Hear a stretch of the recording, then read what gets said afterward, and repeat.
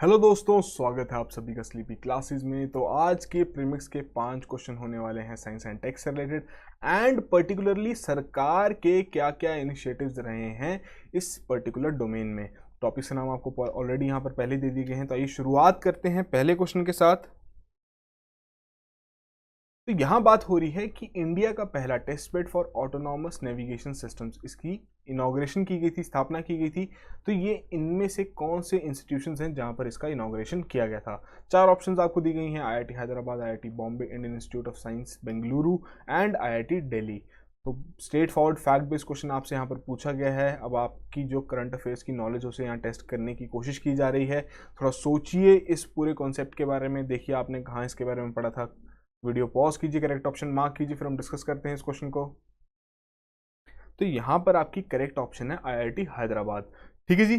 तो जो हमारा department of science and technology है भारत सरकार का, तो उन्होंने सैंक्शन किए हैं 135 crore to the IIT Hyderabad under national mission on interdisciplinary cyber physical systems, ताकि वहां पर एक technology innovation hub on autonomous navigation and data acquisition systems, इसकी स्थापना की जा सके। तो ये जो पूरा हब है इसका नाम रखा गया है तिहान फाउंडेशन, और इसकी इनकॉर्पोरेशन भी की गई है as a section 8 company by the institute in June 2020। अब बेसिकली हब क्या काम करेगा कि जो हमारे अनमैन्ड एरियल व्हीकल्स हैं उनकी जो हम कह सकते हैं एप्लीकेशन जब उनकी रियल लाइफ में की जाएगी, रियल टाइम में की जाएगी, जब उनकी अडॉप्शन की जाएगी, तो किस तरीके के चैलेंजेस वहां पर आएंगे, तो उन्हें यहाँ एड्रेस करने की कोशिश करेगा, उन्हें यहाँ रिजॉल्व करने की कोशिश करेगा, उन्हें यहाँ पॉइंट आउट करने की कोशिश करेगा कि हाँ जी इस तरीके के चैलेंजेस आ सकते हैं। अब अगर हम बात करें कि अगर आपके जो यूएवीज हैं, ठीक है जी, अनमैन्ड एरियल व्हीकल जैसे कि आपके ड्रोन्स हो गए, कि इनके लिए अलग से इतना हब बनाने की क्या ज़रूरत थी, इतना पैसा खर्चने की क्या ज़रूरत थी कि हमारी रोडवेज़ की फैसिलिटीज़ भी हैं, वहाँ पर इन्हें यूज़ कर सकते हैं, वहाँ पर इनका फ्लाइट टेस्ट कर सकते हैं। तो कहीं ना कहीं जो ये आपके अनमैन्ड एरियल व्हीकल्स हैं, अगर इनके साथ कनेक्शन हमारा टूट जाए तो ये किसी तरीके से रिएक्ट कर सकते हैं। अगर रोडवे फैसिलिटीज़ हम वहाँ यूज़ करते हैं तो कहीं ना कहीं एक चांसेस रहेंगे किसी प्रकार का क्रैश ना हो जाए, कोई कोलिजन ना हो जाए, या लॉस ऑफ लाइफ को थ्रेट ना हो जाए वहाँ पर। तो इन्हीं सब चीज़ों को अवॉइड करने के लिए और बेटर तरीके से, एक एडवांस तरीके से इन सभी चैलेंजेस को एड्रेस करने के लिए इस पूरे हब की स्थापना यहां पर की गई है। ठीक है जी। फैक्चुअल नेचर का क्वेश्चन था, इजी कैटेगरी हम कह सकते हैं कि कहीं पे भी अगर आपने इसके बारे में पढ़ा होता तो पहली ही हेडलाइन में न्यूज़पेपर के आईआईटी हैदराबाद का जिक्र तो जरूर हुआ होता। ठीक है जी। बढ़ते हैं अगले क्वेश्चन की ओर। यहां बात हो रही है पीएम वानी के बारे में। 3 स्टेटमेंट्स आपको दी गई हैं, पूछा जा रहा है इनमें से कौन कौन सी करेक्ट हैं। 4 कोड्स आपको यहाँ प्रोवाइड किए गए हैं। तो पहली स्टेटमेंट देखते हैं। पहले में कह रहे हैं एक स्कीम है जिसके चलते जो हमारे रेडियो चैनल्स हैं उनकी कवरेज को इंक्रीज किया जा सकता है कोस्टल रीजन्स में।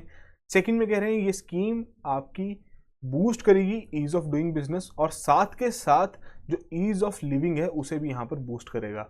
थर्ड में कह रहे हैं एक ऐप डेवलप की जाएगी ताकि ये इंश्योर किया जा सके कि यूजर्स अपने आप को रजिस्टर करें before using the services. 3 statements दी गई हैं। बहुत बार आपका पीएम वानी का टॉपिक डिस्कस हुआ है, तो थोड़ा रिवाइज करने की कोशिश कीजिए। करेक्ट ऑप्शन यहाँ पर मार्क कीजिए, बताइए कौन सी करेक्ट स्टेटमेंट्स है, फिर हम डिस्कस करते हैं इस क्वेश्चन को। तो पहली स्टेटमेंट में जो रेडियो चैनल्स की कवरेज की बात हो रही है कि उसे इंक्रीज करना है, तो ये बिल्कुल ही गलत स्टेटमेंट है। इसका रेडियो चैनल से कोई लेना देना नहीं है। पीएम वानी के आधार पर बेसिकली जितने भी आपके पब्लिक वाईफाई हॉटस्पॉट्स हैं उनकी जो कवरेज है वो बढ़ाने की बात की गई है कि उन्हें और ज़्यादा नंबर में इंस्टॉल किया जाए। ठीक है जी, ताकि इंटरनेट कनेक्टिविटी बढ़े। इंटरनेट कनेक्टिविटी बढ़ेगी तो जितने भी पब्लिक एरियाज रहेंगे जहाँ पर इस तरीके की इंस्टॉलेशन की जाएगी, तो वहाँ कहीं ना कहीं ईज ऑफ डूइंग भी बूस्ट करेगा। अब वहाँ की जनता का ईज ऑफ डूइंग बूस्ट करेगा। अब इंटरनेट कनेक्टिविटी आम जनता को मिलेगी तो जो इनकी ईज ऑफ लिविंग है वो भी यहाँ पर बूस्ट करेगी। ठीक है जी। थर्ड स्टेटमेंट में जो ऐप के बारे में बात हुई है करेक्टली बताया गया है, इसमें यूजर्स खुद को रजिस्टर करेंगे बिफोर यूजिंग द सर्विसेज। तो यहाँ पर आपकी सेकंड और थर्ड स्टेटमेंट करेक्ट है और उसी के आधार पर डी ऑप्शन करेक्ट ऑप्शन है। एक्सप्लेनेशन देखते हैं। फैक्चुअल कंसेप्चुअल लेवल का क्वेश्चन था, आपको पता होना जरूरी है किस तरीके से वाईफाई नेटवर्क काम करते हैं, कि वहाँ पर ऐप्स की जरूरत पड़ेगी या नहीं पड़ेगी। और वैसे भी अगर आप इस क्वेश्चन को देखें, अगर रेडियो चैनल्स की सर्विसेज यूज़ करनी है तो कहीं ना कहीं उसके लिए ऐप की तो जरूरत नहीं पड़ेगी। तो आप थोड़ा यहाँ पर भी सोचते तो काफ़ी ईजिली आप इस क्वेश्चन को सॉल्व कर सकते थे। तो सरकार ने अप्रूव किया है framework for the public WiFi networks through PM WiFi access network interface, जिसे हम पीएम वानी स्कीम भी कहते हैं। तो बेसिकली इसमें सरकार ने क्या रखा है, ऑब्जेक्टिव क्या रखा है कि वो इंटरनेट कनेक्टिविटी प्रोवाइड करेंगे थ्रू पब्लिक डेटा ऑफिसेस। ठीक है जी, पब्लिक नेटवर्क की स्थापना की जाएगी पब्लिक डेटा ऑफिसेस के आधार पर, उनके जो एग्रीगेटर्स हैं उनके आधार पर, ताकि वाईफाई सर्विस प्रोवाइड की जा सके through the public data offices spread through out the country. मतलब अब ये कोशिश की जाएगी कि इंटरनेट कनेक्टिविटी देश के हर एक कोने में रहे और पब्लिकली अवेलेबल रहे। ठीक है जी, अब इसके चलते जो हमारे आम जनता है उन्हें भी काफ़ी फ़ायदा होगा, बिजनेसेस को काफ़ी बूस्ट मिलेगा। और अगर हम पूरे तरीके से देखें, किसी भी तरीके की लाइसेंस फ़ी भी यहाँ पर चार्ज नहीं की जाएगी for providing broadband internet services. साथ के साथ अगर पब्लिक वाईफाई हॉटस्पॉट्स आपके बढ़ते गए, अगर इनको और ज़्यादा बढ़ावा देते गए, तो कहीं ना कहीं जो हमारी डिजिटल इंडिया की जो एक मुहिम चलाई है उसमें भी इसका फ़ायदा रहेगा। ठीक है जी, अब इसमें एक और खास पॉइंट कि eKYC ऑथेंटिकेशन तो होना ज़रूरी है ही। इस तरीके का ऑथेंटिकेशन होना बहुत ज़रूरी है कि कोई भी जो कस्टमर रहेगा, कोई भी खुद को रजिस्टर करेगा, तो उनकी eKYC वहाँ पर होनी ज़रूरी है। ठीक है जी, बेसिक्स डिटेल से पीएम वानी से रिलेटेड, आई होप आपने इसको करेक्टली मार्क किया हो। बढ़ते हैं अगले क्वेश्चन की ओर। SATAT इनिशिएटिव के बारे में यहाँ बात हो रही है। 2 स्टेटमेंट्स दी गई हैं, पूछा जा रहा है इनमें से कौन कौन सी करेक्ट हैं। तो इनिशिएटिव तो काफ़ी पुराना है बट न्यूज़ में काफ़ी बार आया है पिछले 1 साल में। तो आइए देखते हैं 2 स्टेटमेंट्स। पहली स्टेटमेंट में कह रहे हैं कि इनिशिएटिव आपका एम करता है at setting up of compressed biogas production plants. Second में कह रहे हैं कि आपका लॉन्च किया गया था ministry of new and renewable energy द्वारा। तो थोड़ा सोचिए इस इनिशिएटिव के बारे में, देखिए आपने क्या पढ़ा है। वीडियो पॉज कीजिए, करेक्ट ऑप्शन मार्क कीजिए, फिर हम डिस्कस करते हैं इस क्वेश्चन को। तो बेसिकली जो पहली स्टेटमेंट में बात की जा रही है कि कंप्रेस्ड बायोगैस प्रोडक्शन प्लांट्स की यहाँ पर स्थापना की जाएगी इस इनिशिएटिव के चलते, तो बिल्कुल करेक्टली बताया गया है। बट ये ministry of new and renewable energy का इनिशिएटिव बिल्कुल भी नहीं है। उसी के आधार पर आपकी स्टेटमेंट 1 ही करेक्ट है। तो ये जो हमारा इनिशिएटिव है आपकी ministry of petroleum and natural gas का इनिशिएटिव है, जो कि अक्टूबर 2018 को लॉन्च किया गया था। तो बेसिकली क्या है कि जो बायोगैस की प्रोडक्शन है उसे और ज़्यादा यहाँ पर बढ़ाया जा सके, कंप्रेस्ड बायोगैस की प्रोडक्शन को और ज़्यादा यहाँ पर बढ़ाया जा सके, ताकि जो हमारे ऑटोमोटिव फ्यूल्स हैं उसमें और ज़्यादा इनका यूज़ किया जा सके, इनकी और ज़्यादा मार्केटिंग वहाँ पर की जा सके। ठीक है जी, इसी के चलते अगर हम बात करें पिछले 1 साल में कि 2 लाख करोड़ रुपए भी आपके इन्वेस्ट करने की बात की गई थी, ताकि इस तरीके के जो कंप्रेस्ड बायोगैस प्लांट्स हैं उनकी स्थापना की जा सके, अराउंड 5000। उसके अलावा जो हमारे union minister of petroleum and natural gas and steel हैं, उन्होंने एक वर्चुअल सेरेमनी भी कंडक्ट की थी रिसेंटली ही, जिसके चलते काफ़ी नए इनिशिएटिव्स आपके लॉन्च किए गए थे, ताकि जो ये पूरा इनिशिएटिव है इसको और ज़्यादा यहाँ पर बूस्ट प्रोवाइड किया जा सके। तो इसमें काफ़ी मेमोरेंडम ऑफ अंडरस्टैंडिंग यहाँ पर साइन किए गए थे, जितनी भी हमारी इस तरीके की ऑयल कंपनीज हैं, इंडियन ऑयल होगी, गेल होगी, फिर आपकी HPCL होगी, इन सभी के साथ यहाँ पर इनिशिएटिव को साथ लेते हुए कोशिश की जा रही है कि जो हमारी कंप्रेस्ड बायोगैस है उसकी जो प्रोडक्शन है उसे और ज़्यादा स्केल अप किया जा सके। ठीक है जी, पोटेंशियल कितना है, अगर आपको डायरेक्टली कभी कभी मेंस में भी इस तरीके का फैक्ट यूज़ करना हो कि potential for compressed biogas production from various sources in India is estimated at about 62 million turns per annum. बहुत हैवी पोटेंशियल है। अब देखना है हम इसे एक्सप्लॉइट किस तरीके से करते हैं, किस तरीके से इसे हम इम्प्लीमेंटेशन में लेके आते हैं। ठीक है जी, बढ़ते हैं अगले क्वेश्चन की ओर।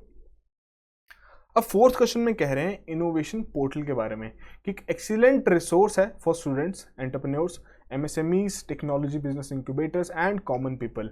अब कहा जा रहा है कि इसी से रिलेटेड आपको 2 स्टेटमेंट्स दी गई हैं, बताइए इनमें से कौन कौन सी इनकरेक्ट हैं। पहले में कह रहे हैं इसके जो ये पोर्टल है आपका डेवलप किया गया है by the institute of nano science and technology द्वारा। सेकंड में कह रहे हैं जो पोर्टल है क्रिएट करेगा नेशनल इंडेक्स ऑन कोविड-19 वेरिएंट्स, नई टेक्नोलॉजीज जो कि आपके रिलेटेड हैं टू कोविड-19 and information related to new treatments and drugs. तो 2 स्टेटमेंट्स आपको यहाँ दी गई हैं, पूछा जा रहा है इनमें से कौन कौन से इनकरेक्ट है with respect to innovation portal. 4 codes आपको प्रोवाइड किए गए हैं यहाँ पर। थोड़ा सोचिए इस कंसेप्ट के बारे में, इस पूरे पोर्टल के बारे में, आपने कहीं ना कहीं ज़रूर इसके बारे में पढ़ा होगा। वीडियो पॉज कीजिए, करेक्ट ऑप्शन मार्क कीजिए, फिर हम डिस्कस करते हैं इस क्वेश्चन को। तो बेसिकली यहाँ पर आपकी दोनों ही स्टेटमेंट्स इनकरेक्ट है कि पहली बात तो ये जो पोर्टल है ये नेशनल इनोवेशन फाउंडेशन इनके द्वारा डेवलप किया गया है, जो कि ऑटोनॉमस बॉडी है department of science and technology की। ठीक है जी, फिर जो दूसरी स्टेटमेंट में यहाँ पर बात हो रही थी, ये जो पोर्टल है बेसिकली ये क्रिएट करेगा नेशनल इंडेक्स ऑन कोविड-19 वेरिएंट्स। तो ऐसा कुछ भी नहीं है, कोविड-19 पे ऐसा कुछ नया काम नहीं कर रहा है ये पोर्टल। ये पोर्टल किस चीज़ के लिए बनाया गया है कि कोई भी नई इनोवेशन होती है, कोई भी नई इन्वेंशन होती है, कोई भी नए आइडियाज़ हैं, अब वहाँ पर काफ़ी सारे ऐसे हमारे स्टेक होल्डर्स रहते हैं कि जहाँ पर स्टूडेंट्स हो गए, कुछ आपके ग्रोइंग बिजनेसेस हो गए जैसे कि एमएसएमईज हो सकती हैं, फिर आपके इंडस्ट्री हो सकती है, फिर आपके वहाँ पर अकेडमिशियंस हो सकते हैं, फिर वहाँ पर हमारी जो आम जनता है, कॉमन पीपल होते हैं। तो इन सभी के लिए एक यहाँ पर पोर्टल तैयार किया गया है कि जितने भी आइडियाज़ हैं, जितनी भी इनोवेशंस हैं, वो सभी एक साथ एक ही जगह मिल जाएं, ताकि जो इनकी हम कह सकते हैं स्टडी है या इनकी एप्लीकेशन है, उसमें काफ़ी ईजिली हम इसे इम्प्लीमेंट कर सकें। ठीक है जी। तो बेसिकली जो आपका नेशनल इनोवेशन पोर्टल है, करंटली इसमें आपके 1.15 लाख इनोवेशंस रखे गए हैं, जो कि काफ़ी लोगों के थ्रू आए हैं, अलग अलग बैकग्राउंड से आए हैं। इंजीनियरिंग को कवर कर रहा है, एग्रीकल्चर को कवर कर रहा है, वेटनरी को कवर कर रहा है, ह्यूमन हेल्थ को कवर कर रहा है।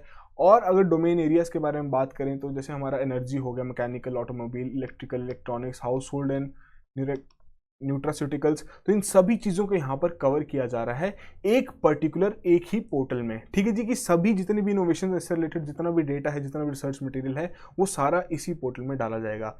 खास बात क्या है इस पोर्टल की, क्या खास काम कर रहा है, जो कि हमने बात की कि इन्वेंटर जिसने इन्वेंट की है, इंडस्ट्री जो उसको एप्लीकेशन में ला सकती है, मैन्युफैक्चरर जो उसे अच्छे से यूज़ कर सकती है, और एकेडमिया जो उसे और उस पर रिसर्च कर सकती है। इन सभी का जो गैप है पर्टिकुलर किसी भी इनोवेशन से रिलेटेड, उसे ये बिल्ड करने की कोशिश करेगा, उसे ये ब्रिज करने की कोशिश करेगा, और जितनी भी इंफॉर्मेशन रहेगी उस पर्टिकुलर टेक्नोलॉजी से रिलेटेड वो भी प्रोवाइड की जाएगी यहाँ पर।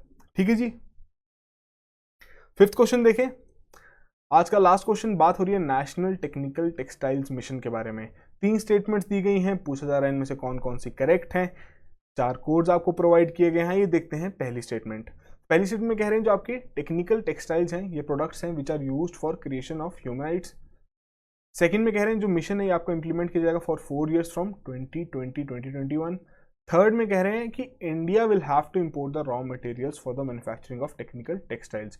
तो 3 स्टेटमेंट्स आपको दी गई हैं इस पर्टिकुलर मिशन से रिलेटेड।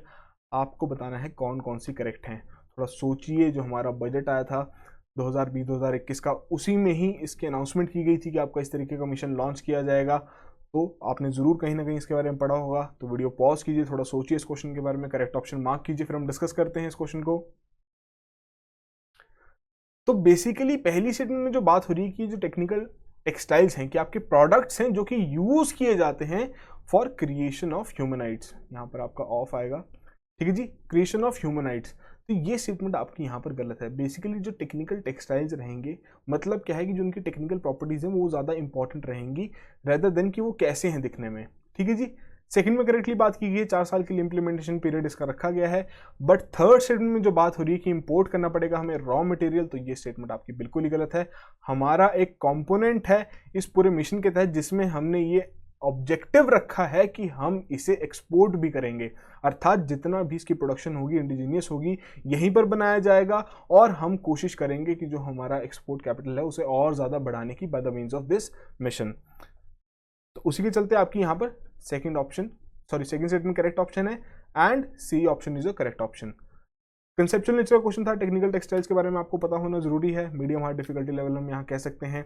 तो बेसिकली अब हमारा देश चाहता है कि ग्लोबल लीडर बने टेक्निकल टेक्सटाइल्स में, और उसी के चलते आपका ये मिशन लॉन्च भी किया गया है, इसकी अप्रूवल भी दे दी गई है कैबिनेट द्वारा।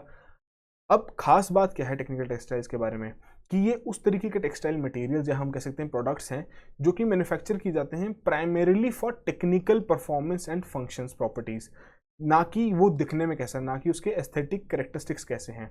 ठीक है जी। टेक्निकल टेक्सटाइल्स जो प्रोडक्ट्स हैं ब्रॉड 12 कैटेगरीज में से डिवाइड कर दिए गए। आप देख सकते हैं एग्रोटेक हो गया, बिल्टेक हो गया, क्लोथटेक हो गया, मेडिटेक हो गया, मोबिलटेक, पैकटेक, स्पोर्ट्स टेक। तो इन सभी चीज़ों में इसे डिवाइड कर दिया गया है बेस्ड ऑन देयर एप्लीकेशन कि किस तरीके से इसका यूज़ किया जा सकता है। ठीक है जी। आपने स्पोर्ट्स में सुना होगा नाइकी का आपका एक ड्राई फिट मटेरियल आता था जो कि स्पोर्ट्स पर्सन यूज़ करते हैं अभी भी। ठीक है जी। तो वो भी एक तरीके का आपका टेक्निकल टेक्सटाइल ही है कि वो आपके स्वेट को एकदम से सोख लेता है, एकदम से सुखा देता है। अब बात करें इस पर्टिकुलर मिशन के बारे में, 4 कंपोनेंट्स इसमें सेट किए गए हैं। कंपोनेंट ए में 1 में यहाँ पर बात होगी रिसर्च इनोवेशन और डेवलपमेंट के बारे में, कंपोनेंट 2 में प्रमोशन की जाएगी, मार्केट डेवलपमेंट की जाएगी टेक्निकल टेक्सटाइल्स की, थर्ड में फिर एक्सपोर्ट की प्रमोशन की जाएगी, और फोर्थ में इसके एजुकेशन ट्रेनिंग स्किल डेवलपमेंट पे काम किया जाएगा। ठीक है जी, तो टोटली आपका टेक्निकल टेक्सटाइल्स के ऊपर एक काम करेगा। यहाँ पर उम्मीद लगाई जा रही है कि अगर हम इस मिशन में सक्सेसफुल रहते हैं तो इंडिया काफ़ी बड़ा एक मेजर रोल प्ले कर सकता है, एज अ रोल मॉडल वहाँ पर प्ले कर सकता है बाकी कंट्रीज़ के लिए, कि अगर इंडिया ने यहाँ पर टेक्निकल टेक्सटाइल्स की प्रोडक्शन अपनी बढ़ा दी और एक्सपोर्ट में आ गए तो काफ़ी ज़्यादा फायदा रहेगा इंडिया को। ठीक है जी, अलग अलग फील्ड्स में रहेगा, एग्रीकल्चर हो गया, एक्वाकल्चर हो गया, डेयरी, पोल्ट्री, मतलब ओवरऑल इंप्रूवमेंट यहाँ पर रहेगी हमारी इकोनॉमी की इस पर्टिकुलर एक सेगमेंट से। ठीक है जी, तो ये बेसिक्स डिटेल्स हैं इस टॉपिक से रिलेटेड। तो आज के हमारे 5 क्वेश्चन यहीं खत्म होते हैं। आई होप आप में से सभी ने 5 आउट ऑफ 5 स्कोर किया हो। तो इसी तरीके से रेगुलरली इस इनिशिएटिव को फॉलो करते रहिए। बाय द टाइम आपका प्रीलिम्स आएगा तब तक हम कोशिश करेंगे जितने भी इस तरीके के इंपॉर्टेंट कॉन्सेप्ट्स हैं, इंपॉर्टेंट सेगमेंट्स हैं, जैसे कि आज हमने आपके साइंस एंड टेक के सिर्फ गवर्नमेंट इनिशिएटिव्स के बारे में बात की, अगर आपको इनमें से कोई भी एक क्वेश्चन वहाँ पर बनता है तो आप इजीली उसे वहाँ पर मार्क कर सकते हैं। उसी तरीके से आगे भी हम कोशिश करेंगे कि पर्टिकुलर एक सेगमेंट से ही हम 5 क्वेश्चन डिस्कस करें। ठीक है जी, साथ के साथ प्रीलिम्स का समय नज़दीक आ रहा है। अब कोशिश कीजिए कि प्रैक्टिस ज़्यादा से ज़्यादा हो। उसके लिए आप हमारे प्रीलिम्स टेस्ट सीरीज़ को भी देख सकते हैं, उसके डिटेल्स हमारी वेबसाइट पे अवेलेबल हैं, या हमें कॉल भी कर सकते हैं ड्यूरिंग वर्किंग आवर्स। जाने से पहले एक और पीस ऑफ इन्फॉर्मेशन, बट उससे पहले एक बार ये चीज़ देख लेते हैं टेक्निकल टेक्सटाइल्स के बारे में, क्या उसकी प्रॉपर्टीज़, इंडस्ट्रियल एप्लीकेशंस आपको इस एक स्लाइड में भी बता दी गई हैं, और ये आपको PDF में भी अवेलेबल कर देंगे ताकि आप विजुअल रिप्रेजेंटेशन के चलते इसे अच्छे से देख सकें। ठीक है जी, तो जाने से पहले एक पीस इन्फॉर्मेशन कि बैच 4 के कोर्सेज आपके लॉन्च कर दिए गए हैं। 31 जुलाई लास्ट डेट है। 4 कोर्सेज हैं। पहला है आपका PCM GS के लिए, ठीक है जी, फिर आपको sociology optional, then comes your PSR optional, और फिर आपका ऐसे बैच है जो कि मेंस आंसर राइटिंग के लिए बहुत इंपॉर्टेंट है। सभी की क्लासेस 2 अगस्त से शुरू हो जाएंगी। सारी डिटेल्स हमारी वेबसाइट पे अवेलेबल हैं। आपकी कोई भी क्वेरीज हो आप हमें कॉल कीजिए, हम अपनी कोशिश करेंगे पूरे अच्छे तरीके से कि आपकी हर एक क्वेरी को यहाँ पर रिजॉल्व किया जा सके। ठीक है जी, so that will be all the very best and have a good night.